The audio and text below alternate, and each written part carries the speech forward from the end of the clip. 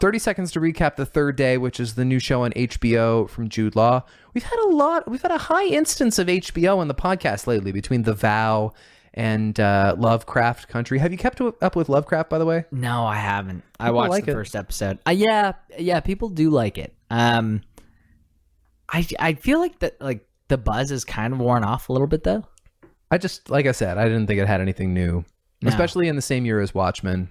I think this show is like the craziest show ever. Oh yeah, I caught a bug from this show for sure. Okay, yeah, all right, yeah. Okay, we're gonna count down in 3, 2, 1, go. Jude Law plays Sam. He's walking through the woods and he stumbles upon this girl who hangs herself by jumping off a rock. It's very disturbing. He runs up to her. He manages to get her down before she suffocates. She's alive. He drives her back to her weird little cult small village where he's kind of welcomed, sort of, but it's on an island and he can only get to and from when tide is low because the causeway floods. He really needs to get off because he has a situation with his wife and their business where they need to basically pay off a guy. They've got this like shady deal hooked up with their business where they're going to get greenlit as long as they bribe a guy 40,000 pounds. That's right. But then while he's trapped on this island, kind of just like a total fish out of water in this weird, creepy, like God-fearing village where everybody's odd and he feels very strange. While he's there, he gets a message from his wife that all their money is stolen. And then I'm not sure I was totally clear on how the money comes back to him. Or if the money was ever gone or if it was in his trunk the whole time. Oh, okay. That's what I was kind of wondering. So he drunkenly, he ends up staying the night and they get party. Wasted. Yeah. And he's kind of like wandering out. He has these like weird kind of demonic visions. So there's this little boy who he's only seen from a distance, who was there when this girl, what was her name? Was it Epona, the horse from Zelda? Was that her name? That right? Yeah, it was. Okay. When this girl hung herself, that little boy was there, but then he disappeared. Yeah. And so you're kind of led to believe a little bit afterward, like maybe he like possessed her to do that, because he tries to track down this little boy a couple more times. And in the end, little boy leads him to like what's essentially like a life house or a safe house on a beach. And it's just full of like carcasses. Yeah. So he's like Damien the Omen or something. And at one point he, and this was really interesting to me too, the bartender recognized him, like the couple that was kind of looking after Epona for the time being, because the dad was kind of in a bad way, a bit of a drinker, and was angry at her, and she was saying, "I can't go back, he'll kill me." Right. And so Jude Law was thinking, okay, well, this has got to be about the father. The father shows up with a gun at one point. Jude Law is like, oh my God, he's going to like come after me for whatever reason. But the barkeep, or the wife of the barkeep, or, you know, the couple that owns it. That's right. She's like, I do recognize you. And she said, I remember looking at you and thinking I couldn't believe the strength you had after losing something, like losing someone so close to you. Like, it must have been so difficult. So they're talking about how he lost a child.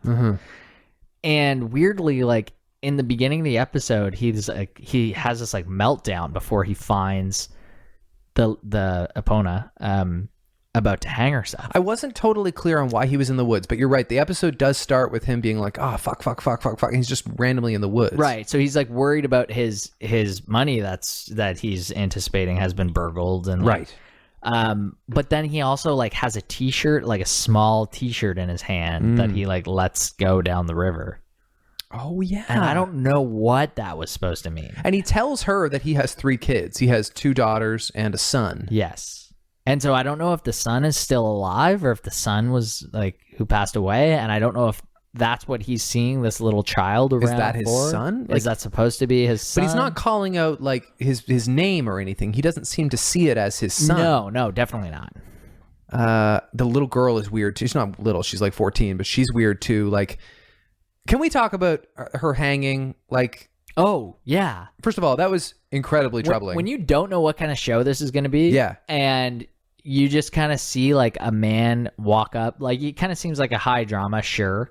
And then you see a man kind of walking through a weird, creepy woods. I knew it was going to be like serene a creepy, woods. Maybe supernatural kind of creepy thriller. A man in the woods. Yeah. in the opening shot. Plus, there's a weird girl standing on a rock. Yeah.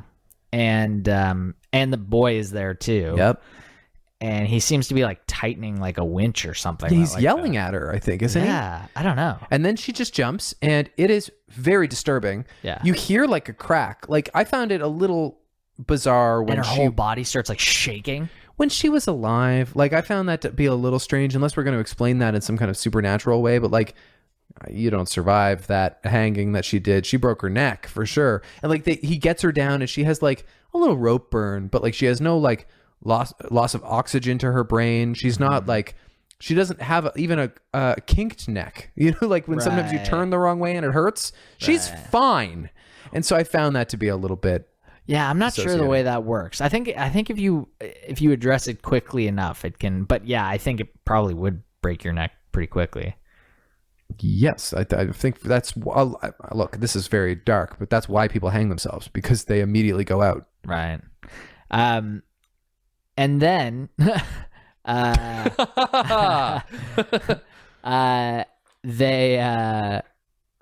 so they party, the causeway gets closed. He confronts Adai at one point and is like, "Hey, I know it's you. I want my money back." And like Adai goes back on the deal. Adai is the man who he's bribing. Right. And that's not the barkeep. No. The bartender basically told him, like, you're going to have to be firm with him. He's just trying to see what he can get out of you. Yeah. And it's very confusing because, like, at one point you're like, this guy is very, like, spiritual and, like, centered. Yeah. And this town is very demure. Mm-hmm. But, like, every now and then people get kind of mouthy. Oh, and how about when him and the other, like, strange guy that just bursts in and, like, pours himself a beer, they, like, walk into the back room and they, like, just stare at each other and they both bless themselves, but they don't bless themselves the correct way. They go backwards. They go like, yeah, it's like a satanic like blessing. That's what we thought too. It's some kind of like backwards satanic. So look, I think that this is definitely a demon show. Yeah. I think that it's called The Third Day, right? That's probably a resurrection reference. Oh yeah, okay. And she doesn't die in the beginning, right? And there's also the fact that they're just like a weird like Amish cult. They're not Amish. They're more like a fishing village. Yeah. But there's something weird about it. Is there mention of a guy named Jason? Like, is there like an almighty leader of this village who everybody is kind of bowing down to? Did I miss something there, or am I making that up? I don't think so. Okay. What I find super interesting too is, so there's going to be 6 episodes. This is called, I think, is it Summer? Yes. So the first 3 episodes are Summer. And then Autumn is going to be a 12-hour live streamed play. I read about this too, but I didn't read that it's 12 hours. Yeah, this is what I heard. They're going to act it live, kind of like they did that with 30 Rock, but it's a high drama. Right. And maybe the 12-hour thing is wrong. But there's definitely going to be a live streamed play. That's fascinating. Isn't that insane? Well, I mean, this episode was kind of theatrical, apart from the stuff in the woods and the driving the car, which is all in the first 5 minutes. Mm-hmm. And you get this great aerial shot of the causeway as the tide has gone out, which is cool. Yeah. Everything else takes place in the bar. Do you think maybe they're trying to do 3 plays in a day for different time zones? Would that make sense? Maybe. That would be so interesting. That would be so crazy. Or I don't know. Even. Just to make up 12 hours if it's a 3-hour play. Very high concept, but I like it. And so this weird live play as a interlude, and then the following 3 episodes. And it's a limited series. That's it. Yeah, that's it for it. What did you think of Jude Law in this show? I thought he was really good. Like, killing it. Okay, what is your essential Jude Law? When you think Jude Law, what is your go-to Jude Law performance? Because I struggle with this. I like Jude Law. Yeah. But I'm a little ashamed to say I think my essential Jude Law is Nancy Meyers' The Holiday. Although I also love Dickie Greenleaf in The Talented Mr. Ripley. That is one of the great performances. Okay, interesting. I was thinking that I remember him being in like a war movie. Was it like The Thin Red Line or something? Oof, maybe. But he was like super young at this point. And then I was thinking about how Chris Rock made a joke at one of the Oscars that he hosted, and he said, like, if you want, look at the credits, he made cupcakes or something. I know exactly what bit you're talking about. Jude Law's and everything. Well, I think his joke was like, if you want a young guy, you cast Jude Law. If you want an old guy, you cast George Clooney. Okay. And the whole joke was like, you could put either of them in anything. Like if you're looking for like a 30-something, go Jude Law. If you're looking for 50-something, go George Clooney. I mean, for a point in time, that was definitely a good metric. Although neither of them have like a lot of box office success for being like so supremely famous. Both of them kind of make a lot of duds. Yeah. No, I remember a Chris Rock bit at the Oscars where he was talking about like Jude Law had a real run where he was in a lot of things. And he's like, look at the credits. He did something. He at least made cupcakes or something. Oh, okay. Yeah, that was the joke. He has been in a lot of things, but I'm struggling to come up with many of them. And obviously 6 months ago, everybody started watching Contagion again. Is he in that? Yeah, but I don't know that that's like one of the holimarks of his career. No, yeah. Top 3, like, I don't know. Can you bring it up? Like, top 3 Yeah, okay. Jude Law performances? Yeah, The Holiday was honestly one of the top ones that jumped out to me, too, because Jen loves The Holiday. Everybody loves the movie. Like, anybody who likes that kind of movie, that's one of their favorites. Right. It is one of the great feel-good movies, and it's seasonal. Yeah. And, like, I'm sure Jen will tell you, as I would too, as a fan of Dickie Greenleaf for that matter. Yeah. Jude Law is sexy as all hell in The Holiday. And he's not in Love Actually, is he? No, he's not. Okay, not in Love Actually, in The Holiday. Yeah. So, what do we have on Jude Law's IMDb over here? Closer. Not sure what that is. The Sherlock Holmes movies he does with Robert Downey Jr. I guess that's kind of his. He's had a couple of franchises now as the secondary character because. And I mean, recently, whether Besides Sherlock, he was in Captain Marvel recently.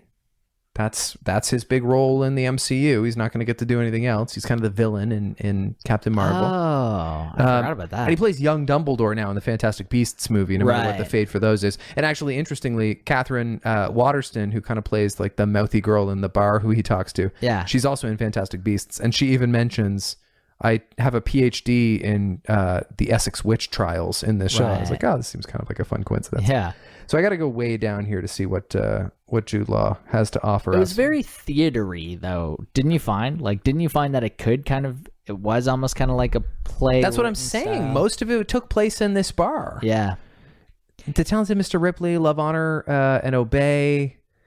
Honestly, Road to Perdition, Cold Mountain, I Heart Huckabees, Alfie, Closer, The Aviator he was in.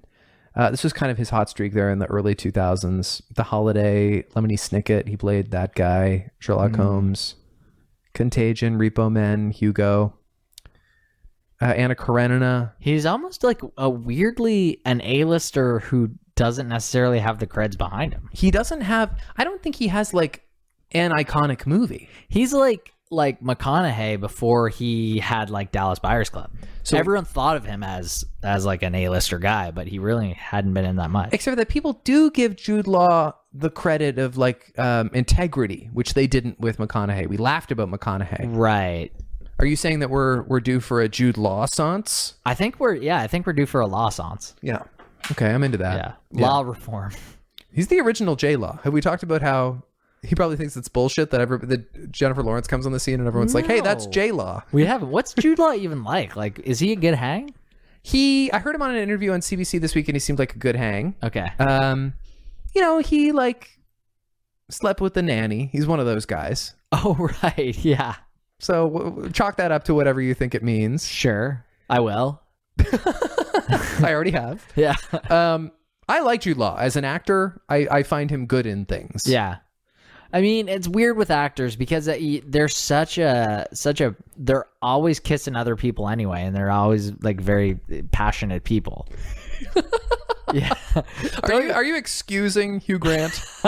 A little bit. Yeah. I think I am. I just think it's such a weird lifestyle when you're getting a pass to like professionally make out with other people and have sex scenes with them. I think it's a mindset. I think you go into this thing knowing what that means. Let's call it the Dax Shepard clause. What does that mean? Does he have a rule? No, not at all. I just think that he's like constantly talking about, and he's really toned this down lately, talking about how much of a stone cold fox this lady is. And you know that he's like, for sure. He does have a smarminess to him. That is part of his charm. Yeah. or lack thereof. He like calls himself a dirtbag. He's like, I'm always going to be a dirtbag in that regard. Yeah, that's a defense mechanism I think he uses. Like, it's almost like he's setting himself up so that like when he does act on those instincts, he can be like, well, I told you. And that kind of feels like an excuse to be a shithead. Right. Like, I never said that I wasn't going to. I never said I wasn't a dirtbag. This is a you problem. Yeah. And that's very manipulative and asshole behavior. Good point. What a dick is Dax Shepard. I'm glad we landed here. I don't know. I still find him charming. Yeah, I kind of do too. Like, as much as I rag on him, but he still gets the good guests. And totally. His show is more listenable than most super celebrities. Totally. I've actually, like, I'll go down a rabbit hole on his shows where I go listen to like 6 in a row. Will Smith did wish Alfonso Ribeiro a very sweet happy birthday message on his Instagram this week. Wait, do we give Third Day RS? Are you kidding? I love Third Day. I thought it was really good. 100%. I thought it was creepy, and I had to look away. Are you gonna watch in the another White episode? House? Maybe. I think I'm going to. Like, I was tempted to last night, but just Jen got home at the wrong time. I really like that it's 7 episodes. That's definitely worthy. Yeah. Yeah. And we love the British Dax Shepard, J-Law himself. That's right. He's kind of the British Dax Shepard. I don't know. No, well, is he the British George Clooney? Is that what Chris Rock was saying? I think that is what he was saying. And Sean Penn immediately came out and defended his honor afterwards, which he didn't need to do. And Chris Rock was like, I was making a joke, man. Oh. Yeah. Is that what happened? Sean Penn came out and was like, I think that Jude Law is one of the finest actors. Let me just say. Oh, that's weird. And it was like totally taking the bite. And I think Chris Rock was probably like, man, what the hell? But Chris Rock also takes himself way too seriously. So, I mean, that's very true. Yeah. Jude Law and George Clooney are different kinds of handsome and charming. They're very like George Clooney is the ultimate good guy, and also the 100% like ultimate GQ man. I don't know if people consider Jude Law like this. Like, no, Jude Law had a bad boy quality that George Clooney did not have, but now he's like 46. Yeah, and I actually kind of respect that he's like kind of chosen to do strange things, like he's doing the new Pope, which is like a weird. Oh yeah, he's gone off and he's doing whatever he wants. The weirdest indie TV, he'll do it. Yeah.